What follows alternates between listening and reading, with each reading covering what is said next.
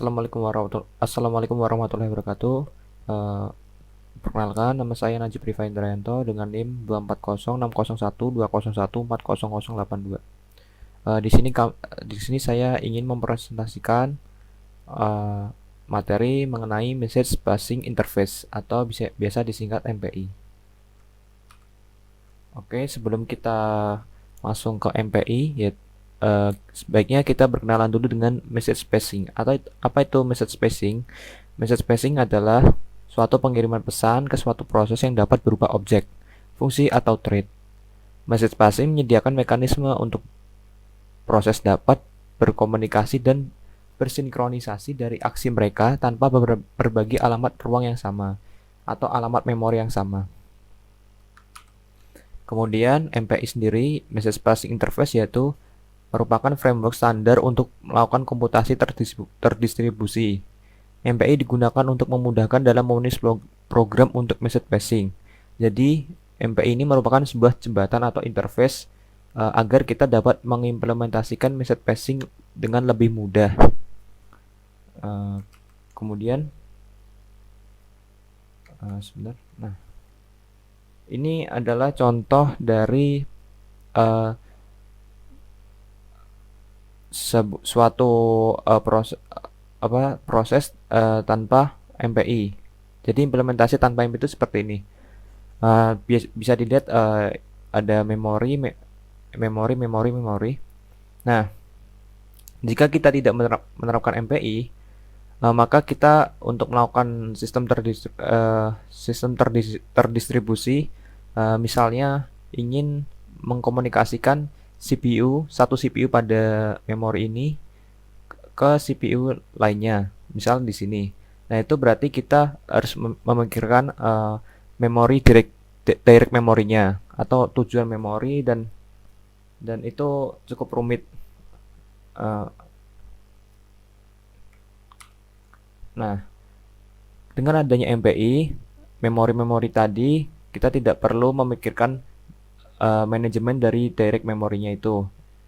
Jadi kita hanya perlu memikirkan flow dari CPU-nya ini.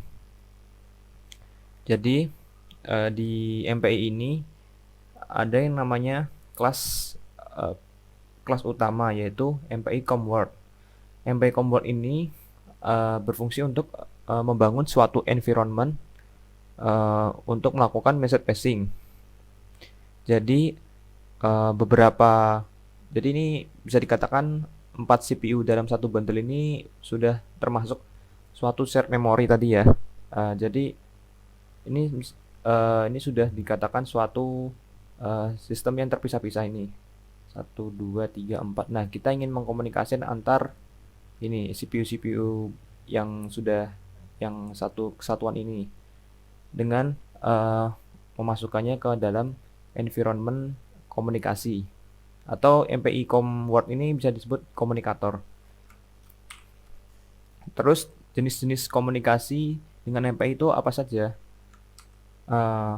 Ada 2 jenis komunikasi yang ada pada MPI, yaitu point-to-point communication. Point-to-point communication ini yaitu dapat mengkomunikasikan CPU ke CPU lain, namun hanya satu ke satu lainnya. Jadi misal ini satu CPU yang di atas ini hanya dapat berkomunikasi pada mendirect satu CPU saja, dan seterusnya. Ini juga mungkin ini jika ingin ke direct sini berarti dia tidak bisa ke direct ke sini.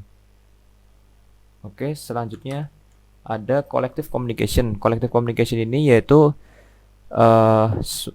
satu CPU bisa berkomunikasi sekaligus dengan seluruh CPU, termasuk CPU dalam satu domainnya dengan CPU dengan domain lainnya. Kemudian, di Python ini ada 2 mode, tapi mode ini hanya berlaku pada Python, yaitu pickle based communication dan direct array data communication. Sebenarnya ini adalah di dalam Python menyediakan suatu pilihan kepada user. ingin menulis program dengan mudah atau ingin menulis program lebih cepat, namun kita juga harus memikirkan direct array datanya. Ini berbeda hanya pada metode-metode yang dipanggil. Kemudian ini ada contoh program MPI, namun ini menggunakan tadi apa namanya? Sebentar. Ya, ini contoh program MPI, cuman belum menerapkan point to point. Ini masih program MPI sederhana, yaitu mencetak hello, I'm rank out of process running in total. Jadi di sini adalah program ini yaitu memanggil MPI for PY. Ini adalah suatu framework untuk menerapkan MPI pada Python. Jadi framework ini kita import library MPI. Kemudian kita buat kelasnya MPI convert. Ini kelas utama untuk mengeset proses-proses, mengeset environment untuk komunikasinya. Kemudian di sini print com.rank.com.size. Nah, com.rank.com.size ini rank ini merupakan metode dalam kelas mpi.convert ini untuk mengidentifikasi setiap proses. Jadi semisal ini kita ingin running 4 proses, maka 4 proses itu untuk mendapatkan identifikasi dari masing-masing 4 proses itu kita lakukan com.rank. Dan com.rank ini mengembalikan nama berupa integer dengan dimulai dari 0. Jadi proses 1 akan dinamai dengan 0, proses 2 1 dan seterusnya. Terus com.size ini yaitu mengembalikan jumlah proses yang kita running. Jadi misal kita ingin running 4 proses, menggunakan 4 proses, maka size ini akan mengembalikan angka 4 tadi itu. Terus kemudian MPI run. MPI run ini untuk menjalankan atau mengcompile program dari helloworld.py ini. Nah, di sini pada program MPI kita harus mendefinisikan berapa proses yang ingin kita gunakan. Nah, ini min np 4. Ini jumlah proses, np jumlah proses, 4-nya itu ya proses yang ingin kita jalankan jumlah berapa. Di sini adalah 4, jadi bisa dilihat hasilnya ada 4 proses yang berjalan. Kemudian point to point. Di dalam point to point ini sendiri seperti tadi yang sudah dijelaskan sebelumnya, yaitu satu proses, satu CPU akan berkomunikasi dengan satu CPU lainnya. Jadi di sini sama seperti tadi, import library MPI, terus buat kelas MPI convert, terus rank. Di sini kita masukkan ke dalam variabel get ranknya ini. Kemudian di sini jika rank sama dengan 0, maka buat sebuah dictionary berupa A itu 7, B itu 3,14, dan kita send datanya. Nah, rank ini adalah identifikasi dari setiap proses tadi.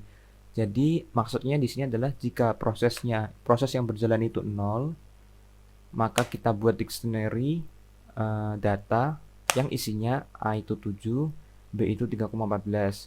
Kemudian kita send datanya, send dictionary ini ke destination 1. Destination itu menunjukkan rank. Jadi kita mau ngirim ke proses mana. Terus kita tandai ini tag 11. Nah, fungsinya tag 11 ini sebenarnya tuh jika datanya yang dikirim hanya satu dalam satu proses, maka tag ini bisa boleh tidak dipakai karena otomatis yang diterima juga satu data. Namun jika kita mengirim 2 data sekaligus dalam satu proses ini, misal rank 0 nih, com.send-nya ini ada 2, uh, maka kita maka nanti yang akan terbaca hanya proses pertama saja yang bisa diterima. Jadi kita memerlukan tag. Tag ini sebagai penanda, oh yang dikirim proses yang ini, seperti ID pada HTML. Kemudian elif rank sama dengan 1. Ini artinya jika proses pertama maka data kita membuat sebuah variabel data yang menerima dari source 0. Source 0 ini merupakan proses yang mengirim datanya itu. Jadi datanya itu kita terima dari proses mana, kemudian datanya itu tag keberapa, atau ID dari proses itu ID berapa gitu. Terus ini juga merupakan contoh dari sum menjumlahkan dua vektor, masih menggunakan point to point memory. Maksud saya point to point communication. Namun di sini berbeda dengan yang sebelumnya, kita menggunakan yang namanya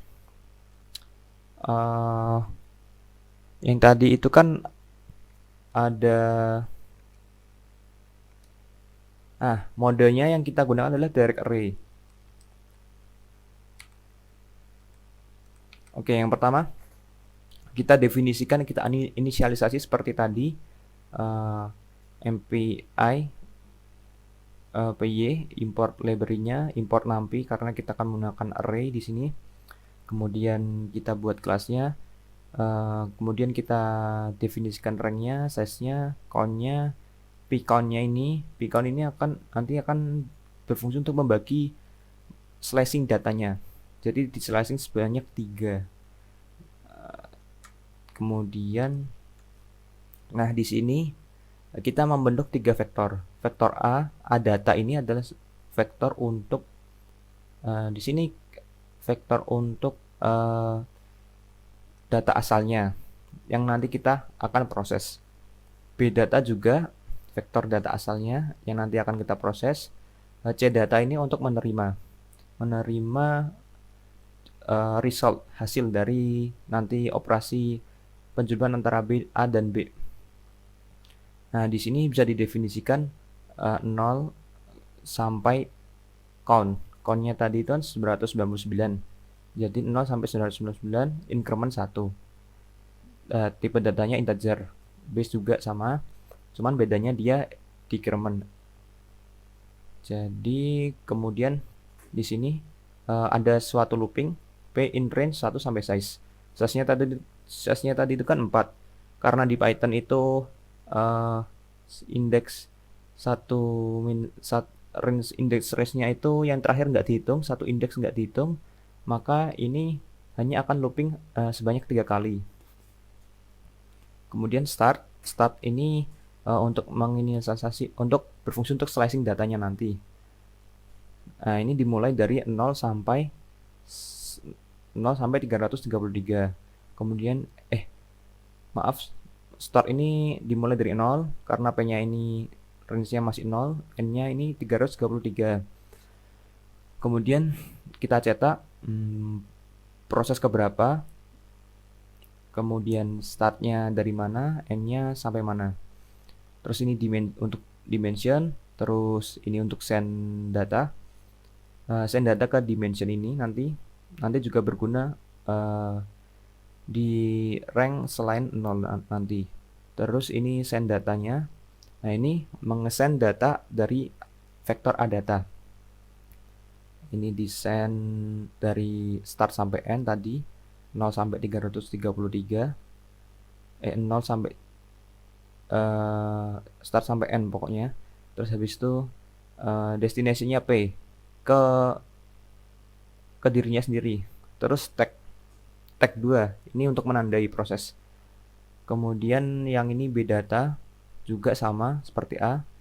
Nah, ini kemudian di sini sebentar.